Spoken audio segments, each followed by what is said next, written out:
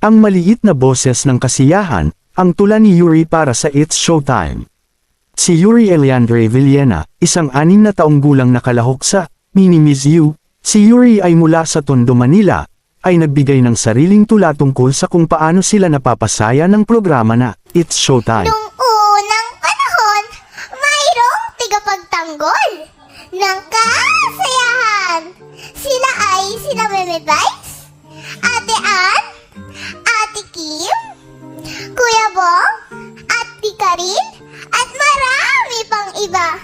Pumunta sila sa isang bayan, agad ay kapansin-pansin ang kalungkutan. Agad ay ginamit ni Meme Vice ang kanyang superpower. Ginamit niya ang superpower niya sa pagsasalita, sa magagandang salita at pagpapatawa. Nainggit si Ate Ann at ginamit niya